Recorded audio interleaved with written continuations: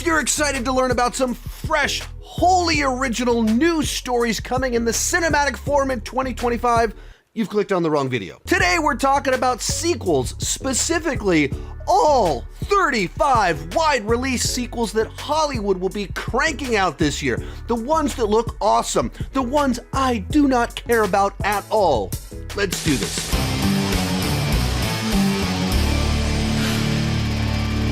Go to create your own tier list ranking the 2025 sequels based off your excitement. You can use the link down below in the description. If you create one, take a screenshot of it, share it on your Instagram stories or over on Twitter, tag me in it, and I will share some of your tier lists. Also, people ask me all the time if I'm on Letterboxd. I am, I just haven't historically used it all that much. I'm trying to use it more this year. My handle is down below somewhere. You can follow me, hear my thoughts on more things, and let's get started. Kicking things off, Den of Thieves 2, Pantera. Now, I'm going through these essentially in release order, so this movie's actually already released. I wasn't able to create this video soon enough, so this movie is out in theaters. You can go and see it. In fact, I have already seen this movie. Cut right to the chase. I was interested in this movie, and it was good. It didn't exceed my expectations. It did not disappoint me. I thought, yeah, that'll probably be pretty good, and it was pretty good. So, goes right in interesting. Moving into February, Paddington in Peru. It's already released, I guess, other places outside the United States, but its United States release is in February. Cinematic confession time. I haven't seen the first two Paddington movies. Everyone says they're amazing. The Rotten Tomato scores are through the roof. So I don't think you guys are lying. I'm sure you're right. It is incredibly charming to see a cute teddy bear with great manners. I'm sure that's all true. On a subject matter level, I just can't get all that excited about it. Get rushed to go see the cute bear. I have kids now, so everything's perfect. I'm sure it'll be amazing when I take my kids to go see this one. So I'm interested, but I cannot pretend as if I am more than that. Bridget Jones, mad about the boy. Now, much like Paddington, I have not seen the previous Bridget Jones films.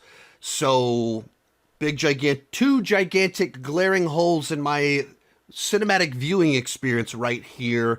I am curious. Sometimes the fun of sequels coming out for me is it provides the opportunity to go back and watch these movies that I've missed. So I will be watching the Paddington movies over the next couple weeks, and I'll probably be watching the Bridget Jones movies with my wife. So I'm curious, and thus, by definition, I am interested. That is the extent of my excitement for the film.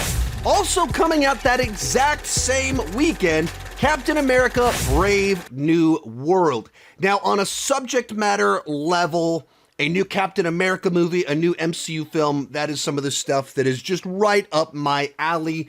But I have been nervous about this film ever since they announced it. Not since Steve gave the shield to Sam. I never had any issue with that. But I thought that Falcon and the Winter Soldier was not as good as it should have been and could have been, and it came down to the writing. A lot of the creative team from Falcon and the Winter Soldier are the people that they hired to make this movie. That was concerning to me. Then they hired the director of the movie Cloverfield Paradox, an infamously terrible movie. Those are red flags. From there, it's a movie that was delayed a year because they did not think their movie was very good and it needed to be fixed with rewrites and reshoots. How many rewrites, how many reshoots? Every report gives a different answer to all of that. But at the end of the day, the movie that they made, they were not happy with, and they wanted to do reshoots to fix the film. Reshoots are not a red flag in and of themselves. That's just any big production these days pre-schedules reshoots. That's just built into the production to pick up little shots here and there. But extensive reshoots to fix the movie, that is a gigantic red flag. I hope I'm wrong. I hope this thing's amazing. I only want to go into a Marvel movie and have a great time. I want Sam to have a big win. I hope he gets a great movie. But I just see a lot of red flags. So I'm nervous. Today's video is brought to you by Factor. Ready to optimize your nutrition this year? Factor makes it easy with chef-prepared gourmet meals. Factor arrives fresh and fully prepared. They're dietitian approved and ready to heat and eat in 2 minutes, perfect for any active, busy lifestyle. In 2025, I'm looking to be healthier and more productive. Factor helps me to eat right, in less time. With 40 options across 8 dietary preferences on the menu each week, it's easy to pick meals tailored to your goals. Choose from preferences like Calorie Smart, Protein Plus, or Keto. Because the meals are chef prepared, they're able to take ingredients I wouldn't normally naturally gravitate towards and make them taste really good. Factor can help you feel your best all day long with wholesome smoothies, breakfasts, and grab-and-go snacks, and more add-on items. I like the protein smoothies to start my day. As I mentioned before, I'm a high protein kind of guy. Eat smart with Factor. Get Factor at factormeals.com/SeanChandler50 off and use code SeanChandler50 off to get 50% off your first box plus free shipping. That's code SeanChandler50 off at factormeals.com/SeanChandler50 off to get 50% off plus free shipping on your first box. The Accountant 2. Now, if you don't know, The First Accountant came back way back in 2016, the very first year of this YouTube channel, and it's from the director of Warrior. Warrior is basically my favorite movie of the last decade. It is my go-to movie to recommend to people.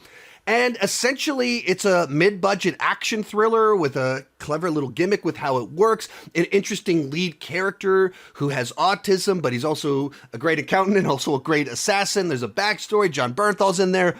Anna Kendrick was in the movie. I always forget she's in the film. So like a really solid movie. So I'm excited for the sequel because the whole team is back. They didn't rush this one out. I don't think I can fully go up in the top tier. Can't wait for it because we don't have a trailer yet. And it's like right in that spot of they didn't rush out the sequel, but they also took a little bit too long. So it's like, okay, we're doing another one of these. Okay, that's kind of interesting. Why now? What's that about? But hey, I really dug the first film, so I want to see more in that world with this character, and it's a director that I'm always rooting for to have big, gigantic wins. The Strangers Chapter 2. So, last year, they put out a new Strangers movie that was kicking off a new trilogy. I had never seen any of the original, I guess the first 2 Strangers films, so I watched one of them in New Orleans with one Cody Leach in anticipation. Then by the time this new film came out, the reviews were horrible and it was a busy season, so I never even went to go see it. I mean, it just sounded dreadful. I don't care about this movie. I never saw the original ones in their original run, like I said, and then this one sounds like they're doing a horrible job bringing it back, so I just don't care.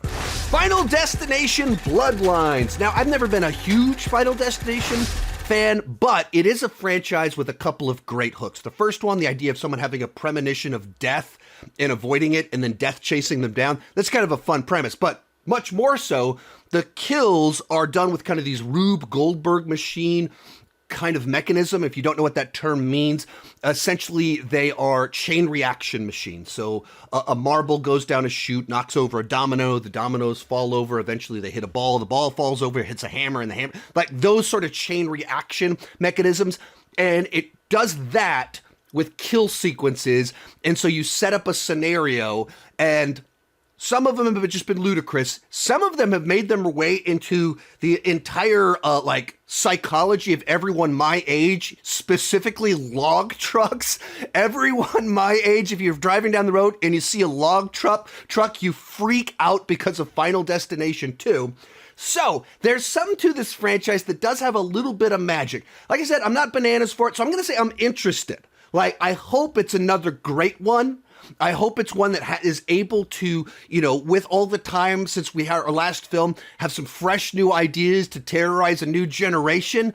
But also, sometimes long-delayed sequels don't have the best track record. I'm interested. Karate Kid Legends. I'm a massive, lifelong Karate Kid fan. Big fan of Cobra Kai. In fact, right now I'm in the middle of a rewatch of the entire series with my 10-year-old daughter. So the idea that we are... Oh, and I guess the other important detail, my first movie webpage was a Jackie Chan fan page. So the idea of bringing together Karate Kid with the Karate Kid remake with Jackie Chan, merging them together, it has my attention. Now, I have some concerns. I have some things I'm like, okay, will this work? How will the continuity lapse? Will Cobra Kai tie into it? What will Cobra Kai tie into it? And are we just rehashing the same underdog story one too many times?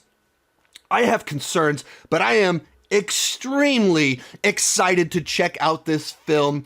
And if we got it like a fantastic full trailer by now, it might go in that top tier. But as for now, just very excited. Then we have Mission Impossible: The Final Reckoning. We'll cut right to the chase on this one. This one, I cannot wait to check this out. This is possibly the most consistent, long-running action franchise of all time. This series is just shy of 30 years old, and the more recent films have been possibly the best films in the entire franchise. Tom Cruise literally dedicates years of his life to prepare for stunts in these movies so he can do the most insane, thrilling, practical spectacle that has ever been seen on the big screen with a movie star actually doing it. So I cannot wait to see Ethan Hunt's Final Reckoning. Greenland 2. This is the sequel to the movie, as you can probably guess from the title of this movie, Greenland, that starred Gerard Butler, that came out a few years back. It was a destruction of the world movie where he's desperately trying to get his family to Greenland. And it's really good. Like, it was a really good one of those. I thought it was effective. You cared about the family, edge of your seat, tension, depressing, but not too depressing. Delivered what I want from one of those movies. I don't know what you do with a sequel. I don't know how you recapture that desperately trying to save your family while getting to the safe zone. How you follow that up, like what that is, I don't know. But I'm interested. The team is returning for this one. And we've seen the Greenland, the first movie, many times, but we haven't done the sequel that many times. I don't know if we have done the sequel. So the idea of like following that up after the apocalypse, I'm kind of curious about that. Don't have a trailer, so I'm not super excited, but I am interested. From the overly long title world of John Wick, Ballerina, his most ridiculous title for a movie this year. Is it really that difficult to say? Ballerina, a John Wick story, just nice, simple, sweet, to the point. And the fact that they have the From the World of John Wick before the title of the movie is even sillier. But hey, it's From the World of John Wick, and the trailer, the posters have all captured the vibe and the aesthetic. I had some early concerns about the movie because they brought in Len Weissman, and I like Len Weissman, but Len Weissman is not Chad Stahelski. He is not nearly as good as the actual John Wick guys. He's like, yeah, mid-tier. He does some solid mid-tier action movies, and John Wick are premium films. They shot the movie, they had similar concerns, and they went, let's bring Chad in to amp this thing up and make sure it is worthy of John Wick. Sometimes when you do that, I get worried. Captain America: Brave New World, this movie, for whatever reason, I'm more excited about it. And I think it's because the person brought in to fix it is the person I trust. Versus Captain America: Brave New World, it's like the same people that got it wrong the first time or trying to get it right a second time. Here, they went, all right, somebody good made something good. Now let's bring in somebody great to lift it up to great. And it's easier to see that, like, how that would work. 28 years later, got to be perfectly honest on this one. I have seen 28 days later many times. I've never seen 28 weeks later. There's no particular reason for that. I just never got around to watching it. But the fact that the team's reuniting and we're doing a story set almost 3 decades later, that's just an interesting concept to me. So this is what I'm very excited for. I've heard fantastic things about the trailer. I still haven't even watched the trailer yet, but it's one of those ones where, like, yeah, I'm in. You don't need to sell me on the movie. The fact that we're going back to that world. Like, I love when we're able to do, there's like a mechanism built in, like 28 days later. Okay, cool. 28 weeks later. Oh, interesting. 28 years later, and we're really doing it, and it's the same people. Like, that sort of thing, continuity to it, I just get excited for that, so I'm excited for this movie. Megan 2.0. I really dug the first Megan. They found a way to take the familiar killer doll trope mechanism and make it fun. Very 21st century. Very memeable, very easy to cut into viral little clips, like a version of Chucky truly made for the 21st century with some interesting ideas about AI and codependency and unhealthy relationships between children and specifically with AI and stuff like that. So the idea that they're going to do a sequel, I think there's more to explore there. There's new ways you can turn the formula around. I'm all for it. So I'm excited to check this one out. The Old Guard 2. Now, I really enjoyed the first Old Guard. I'm not sure if that's simply because it came out in the year 2020 where nothing came out. So anything coming out was exciting, or how much of it was just, it was a fun, different lore that I wasn't familiar with. But this is an example of a movie where I was excited about this film, but all the delays, whatever's going on with it, has kind of dwindled any excitement. They shot this movie over 2 years ago. We have a movie that's been shot for 2 years and just sitting on a shelf. And there's not like a specific reason. There's not like a very public, like, we're waiting to be able to do this, this happened, COVID happened. Like, it's not that. They shot it 2 years ago. Netflix, the distributor, it's all in place. No movie. That makes me very nervous. So goes right in the nervous category. Hey, hopefully it's great. And there's just some weird legal issue, whatever, delaying its release. But that's not what they've said. Jurassic World Rebirth. Cut right to the chase. I am excited to check out this movie. The Jurassic Park franchise has disappointed me most every time. Of course, the original is a classic. I find Jurassic World to be a great Taco Bell movie. Cinematic junk food, cinematic fast food. That's my kind of cinematic fast food, the first one. And then there's 4 Jurassic movies which really disappointed me. But dinosaurs are awesome. And when this franchise hits, it really hits. It's really good. So I'm hoping that there's some magic in here, that Gareth Edwards is very excited, wants to get back to what made him love the original film. He has a great eye. That's the thing that he's really good at, is great striking imagery. And I think that's somewhat's been missing from the recent Jurassic films. David Cope, who wrote the script for the 2 Spielberg movies, is writing the script for this movie. Now, in the case of those 2 films, he was adapting from a Michael Crichton book, very loosely in the case of Lost World. But we're trying to get back to what this franchise originally was. So despite there being a lot of evidence that this movie will disappoint me, I'm excited. I'm just hopeful. I'm just hopefully maybe we can recapture the magic of when the original one came out. I'm always hopeful. We'll see. I Know What You Did Last Summer. So the original I Know What You Did Last Summer is from that Kevin Williamson era when I was in high school, those meta horror movies where the characters know that they're in a horror film with a pinch of humor thrown in there, self-awareness. And that's one of my favorite eras of horror. And this movie stars a number of different actors, actresses that just were the it actors, actresses of my teenage years. Somehow I never saw the original one when it came out. In fact, I didn't watch the original one until just a few years back, whenever I guess the TV show came out. It was like, I never watched those. I should watch those. So I finally watched them for the first time, was at 3-4 years ago.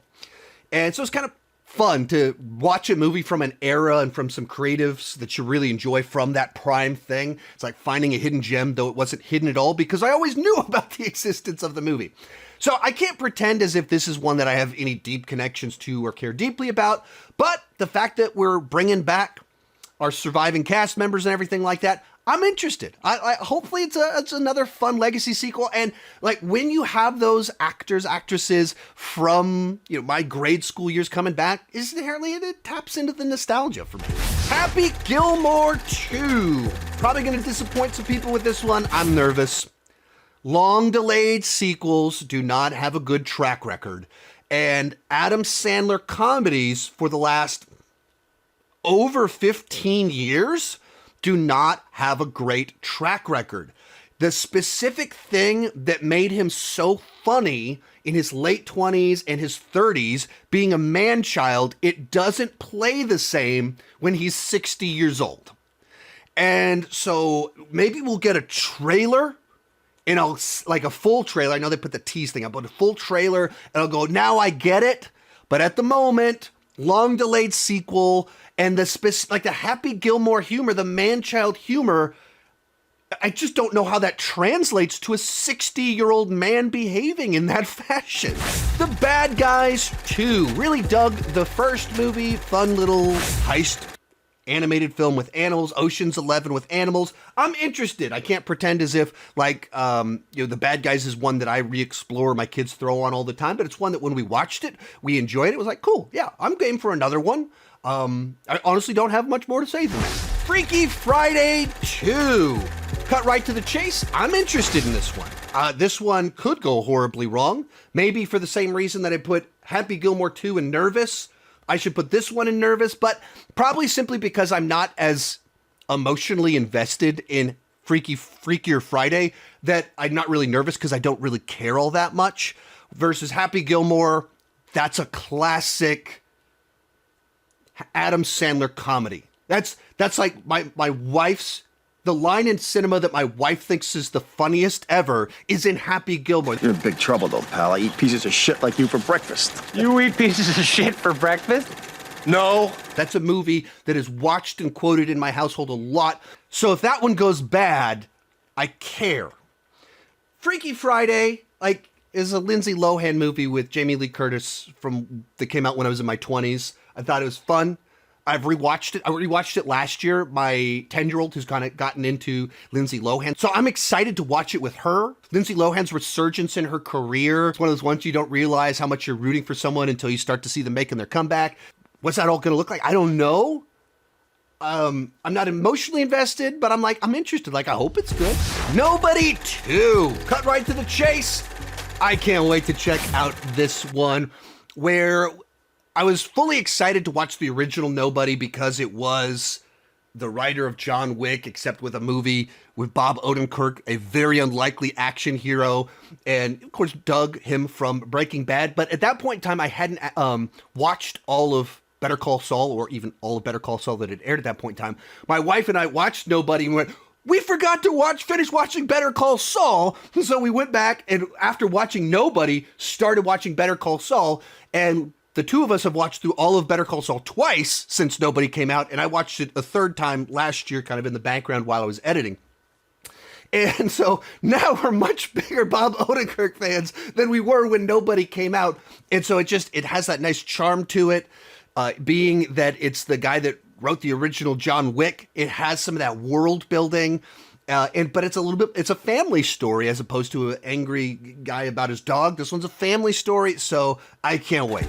The Conjuring Last Rites. The first 2 Conjuring movies are 2 of the best horror films of the last decade. A lot of that comes down to James Wan is possibly the best horror director of the last 25 years of the 21st century, or he's in contention for many different movies and for many different reasons.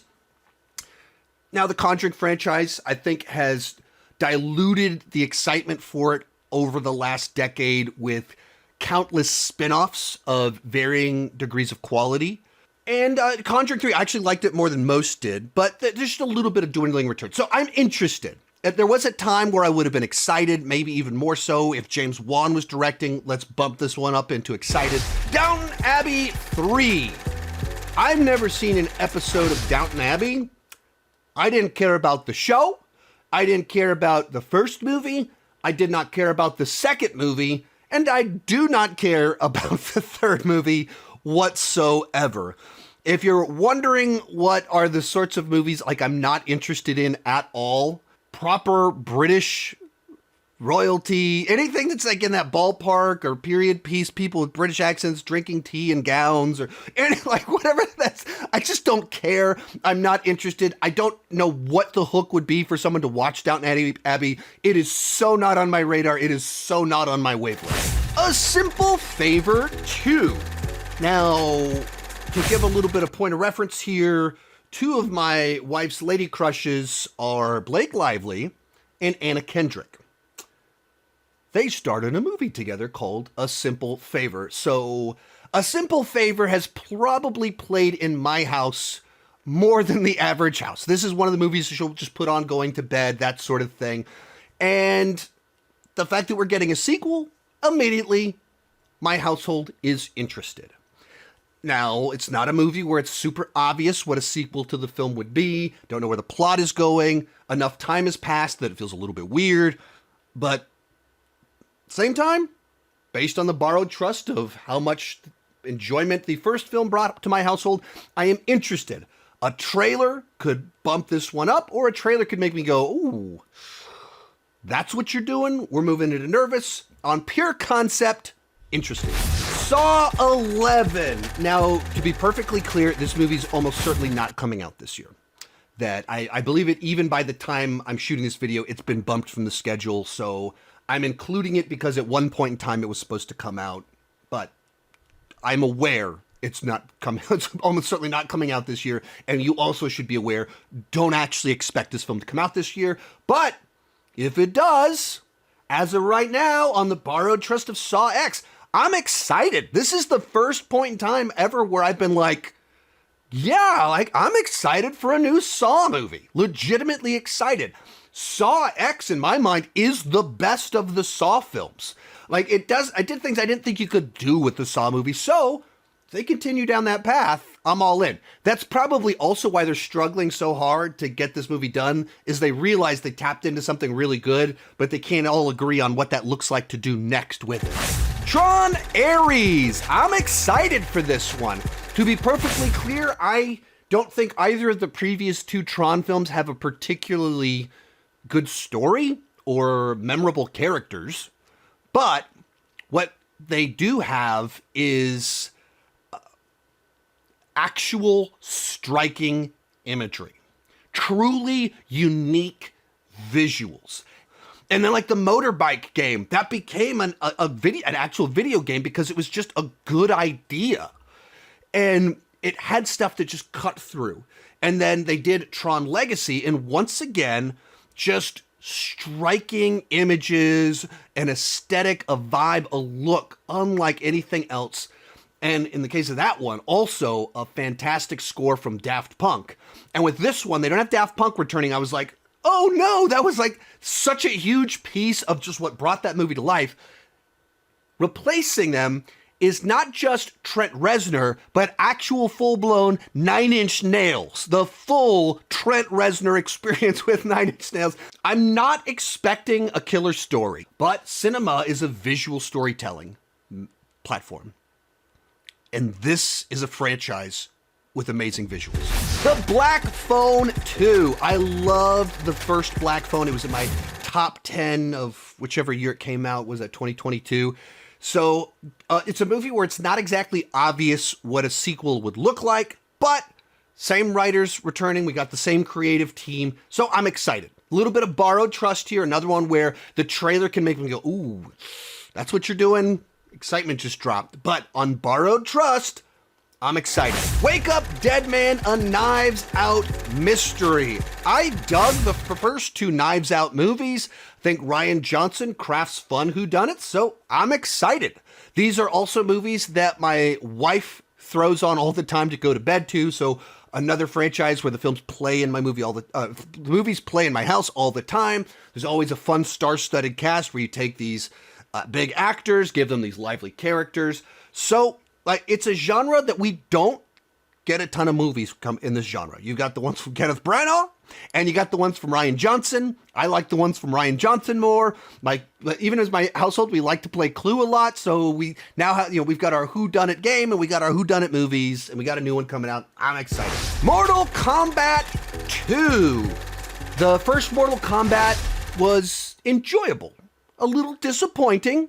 That it felt like they did the prequel to the movie that I wanted, and it was very weird that in a game with like a gigantic, robust set of iconic characters, or you could say that maybe just 10 of them, 20 of them are iconic, and then there's 80 more that are also fun.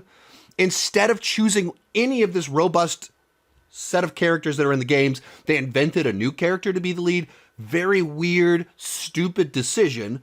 But they did get a lot of things right in the aesthetic, the violence, a couple of the characterizations. There's a lot in there that I did enjoy, just there were flaws. I've talked to someone that has seen this movie at a test screening, and they said the second one is much more of what we wanted from the first movie. And then even bringing in Carl Urban as Johnny Cage, you get a fan favorite character from a fan favorite actor who he can play a bad boy, he can play the movie star. I don't know if he can do the splits, but he can do so much of that. So there's a lot of fun to be had with that. I'm interested. Like I want to really enjoy it. I can't get excited because of the limited success of the first film, but I'm also not that nervous because what I've heard, and there was enough promise in the first movie that I'm interested. Predator Badlands. Of course, I cannot wait on this one. I'm a huge fan of the Predator franchise. The original Predator is one of my favorite movies of all time. And then Prey from a few years back, I thought was really good, and that was one of my top 10 movies from that year. And this is the creator of Prey doing another story, doing another Predator story. And it's apparently set in the future, so it's not Prey 2, but it's another Predator story from him where this is what we, like many of us have said we want them to do. The fun of the Predator franchise is that you have these hunters that come in and they can go to all these different cultures and different times, and how do they battle the different cultures? Like, works great as an anthology series. So now we're going into the future. Supposedly it's being told from the perspective of the Predator, more so than any of the previous films. I don't know how that'll work, but I'm interested. Not just interested, I cannot wait to check out this movie. Now You See Me 3. I wasn't quite sure where to place this one. I saw the original film at a preview screening way before I had my YouTube channel. But, well, actually, that's not true. Way before Sean Chandler Talks About. This YouTube channel existed before Sean Chandler Talks About. So I put out a review 2-3 years before I started Sean Chandler Talks About. It is on this channel. If you just go to browse my videos, click oldest, it will be one of the first things that you see. I thought it was fine but forgettable, and I thought it kind of wasted the premise. It chose a really weird direction to go with the premise. I never saw the second movie whenever it came out. I just skipped it. And now it feels like we're doing another one all these years later. That's kind of weird. It's not that I don't care, so I can't put it in the bottom category. Nervous doesn't really describe it, but I'm going to put it in the nervous category. It's not quite I don't care. It's more like I don't have that much interest. Make of that what you will. I needed like its own category for Now You See Me. Zootopia 2. I'll just throw this one in interested, maybe very interested, at the top of the interested category. That, this is not like one of my just absolute go. I feel like the world of Zootopia, there's plenty of room to explore more here. It's one that I'll have a ton of fun taking my kids to it. I'm sure Karis will have an absolute blast. And the first Zootopia is the first movie that Liam and Chloe saw in the theater ever. First one ever was Zootopia. So there's even a good bit of nostalgia with this film. At the moment, I can't say that I'm specifically like, man, I can't wait. I'm so excited. All those other ones that I'm throwing the excited and can't wait, I would choose to watch over a Zootopia 2 if I was given the option to see them right now. But also, like, I'm interested. I'm sure it'll be good. I'm sure I'll have a great time with my kids. Five Nights at Freddy's 2. The original Five Nights at Freddy's is my son's favorite movie of all time. Or maybe it's moved into second spot because he's become increasingly obsessed with Angry Birds. I am in a Five Nights at Freddy's household with a son that is very excited about Five Nights at Freddy's and all the lore, and in particular, Matthew Lillard. All that said, I'm interested in the movie because my son is interested in the movie. And I thought the first one was fine. Like, I didn't, having never played the games or cared about the games, I had no emotional investment. So it was like, okay, this could be better, but there's a charm here. There's some stuff here that's kind of fun and interesting. But when you have a son that's super into it, you get excited based on their excitement. And if they learn the right lessons from the first film, you could make a much better second film that made enough money that they could probably put more resources into it.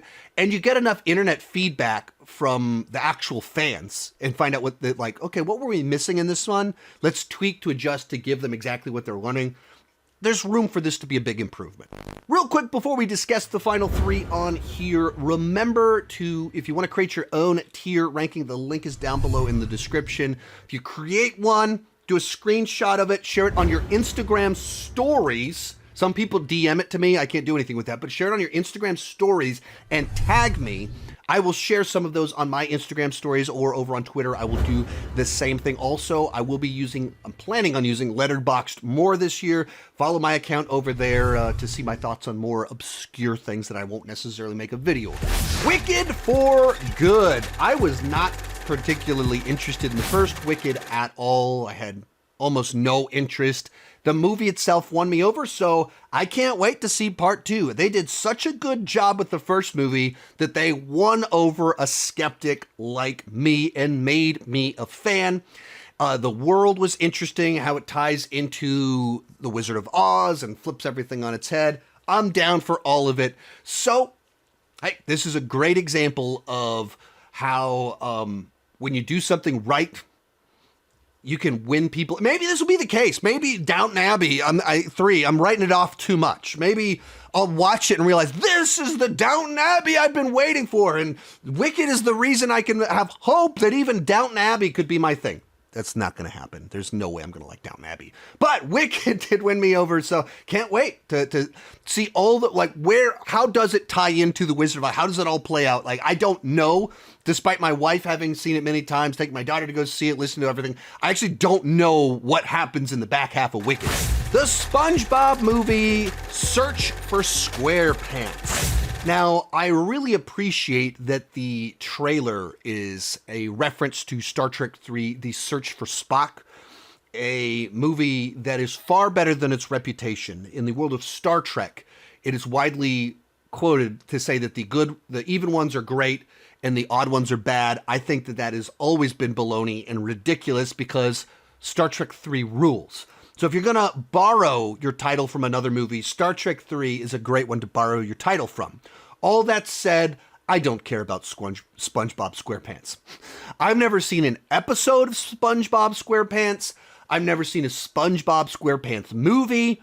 I am aware of SpongeBob SquarePants. I see the memes on the Twitters all the time, but this is not something in however long the 25 plus years SpongeBob has been around. At no point in time have I been like, I want to give 20 minutes of my life to Mr. SquarePants. I've never thought that. I've never done that. To pretend as if I have any interest in something that I've had so much time to check out and have never done so would be an overt lie. I don't care about Mr. SquarePants. I am not searching for Mr. SquarePants. Final movie on the list, Avatar, Fire and Ash. I have said it many times before. I would have preferred that James Cameron did almost anything else besides moving to Pandora and spending the last 40 years of his life only making Avatar films. That is heartbreaking to me. But James Cameron only makes cinematic experiences. So, despite my feelings on the Avatar movies, at the same time, I can't wait to check out this movie because I know that James Cameron is going to deliver a great cinematic experience. Will I be rewatching Avatar Fire and Ash at home? Probably not. Will I go see it in the theater multiple times and dedicate multiple 3-hour chunks to watching epic Avatar movie? Yes, I will. Because he makes films that immerse you in the experience, that play fantastic on a big screen. That's what movies are supposed to do. And James Cameron, because of his talent and because of his clout, is able to deliver the most spectacular, immersive experiences. A master filmmaker can take Pandora and make it a world that I do want to spend 3 hours in on the big screen with 3D glasses on. So, James Cameron puts out a movie, it makes it into the I can't wait category. There you have it. That is my completed tier ranking. You can create your own at that link down below. Share it, tag me, I'll share some of yours. Follow me over on Letterboxd. I am trying to post more this year, in particular some more obscure random things that I watch that I'm not going to make a video about. Thank you so much for watching. Keep talking movies and TV too much. Bye-bye.